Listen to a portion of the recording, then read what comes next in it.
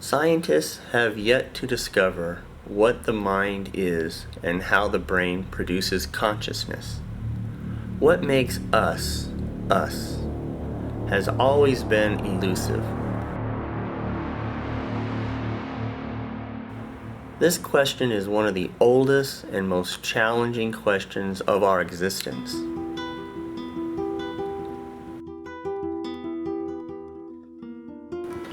Most religions believe in some type of afterlife, be it a heaven or a hell, nirvana. All religions seem to show that there is something beyond the physical realm. If we can provide evidence for the existence of the mind, we may be able to open up the possibility of other non-material realities such as the soul and the spiritual realm.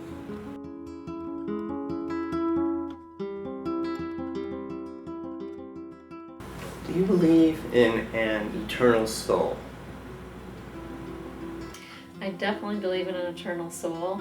I believe that our soul is connected to us. It's a non-physical being. It's like in another dimension, another realm, and it's connected to us in order for us actually to be here on earth as a person.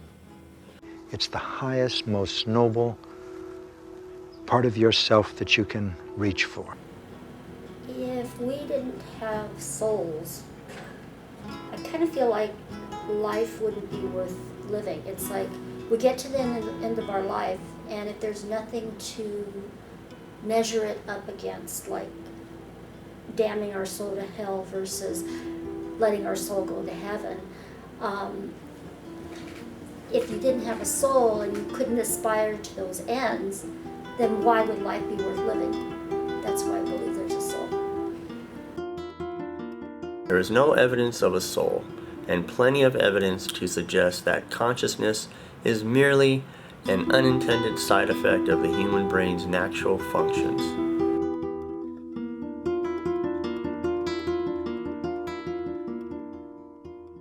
I believe that it is literally, when you pick up the phone and then you have your 4G network, the soul is the 4G network to right to heaven to me. Are dreams related to our souls? I think definitely dreams are related to our souls. Once we go to sleep, it's like our ego self goes to sleep with us. So the soul can come in and give us pictures and give us messages. So that's why there are a lot of dream interpreters out there. Or they say, write down your dreams every morning when you wake up, and then you can see if there's a pattern. There can be messages from your soul. That you are beyond form, that is the soul. That is who you are in essence. But our free will puts these other layers on the soul, and then the soul is judged from there. Well, I believe in a higher power, and that higher power judges the layers that have happened to the soul. The soul is infinite, so there's no in or out of it. It is everywhere. There's no place that it is not. So that's what we're like. Inside is the being that God has already created. Some call it the Christ, the Buddha mind, the Shekinah, the light, the soul. And our job is to get rid of this excess, useless fear, thought forms of the world that actually hide the light of the soul. It is when you think about the chemical reactions powering your life and your brain that you realize how completely imaginary your soul truly is. And at that point, everything about religion comes unraveled. A common element that occurs early in near-death experiences is what's called an out-of-body experience. At that time, the person seems to be able to see and hear things going on, but up from the vantage point above their body. Often what they describe are the doctors frantically trying to bring them back to life.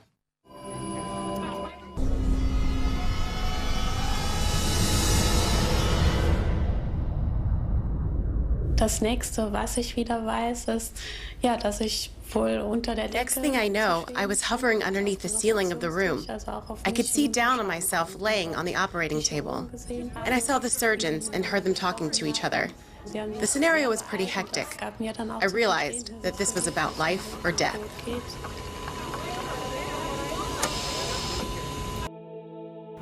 There may exist at the quantum level microtubule processes in our brains that may hold the answer to our consciousness or our souls.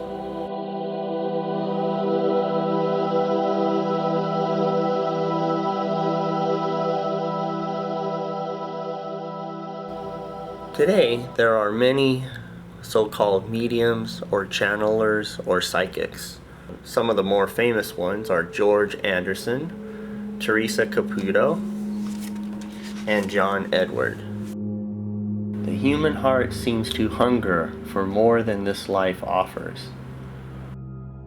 We are not designed at the level of theoretical physics. What really matters to us is what happens at the human scale, relationships to other people, and things we experience in a lifetime. It's a different dimension. We can't traverse those different dimensions, so how can we understand something that's coming from another dimension? And that's why I believe there is a soul, because if we can't aspire to bigger and better things, why bother?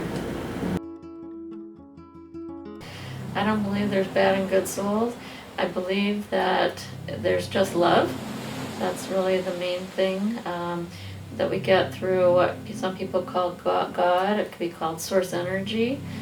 Sometimes people think of God as religion, so a lot of people use different names. So source energy or divine love is what I hear a lot. So all souls start out with love. And then when we get to the planet, we have free will. So we can basically do whatever we want. People that you might be called bad, you'd think, they are choosing not to use that maybe source energy or God energy and considered bad by some people, but really there's no good or bad. There is only love, and you might call good or bad, like the bad might be the shadow side, but if you shine a light on that shadow side, there's really only light and there's really only love.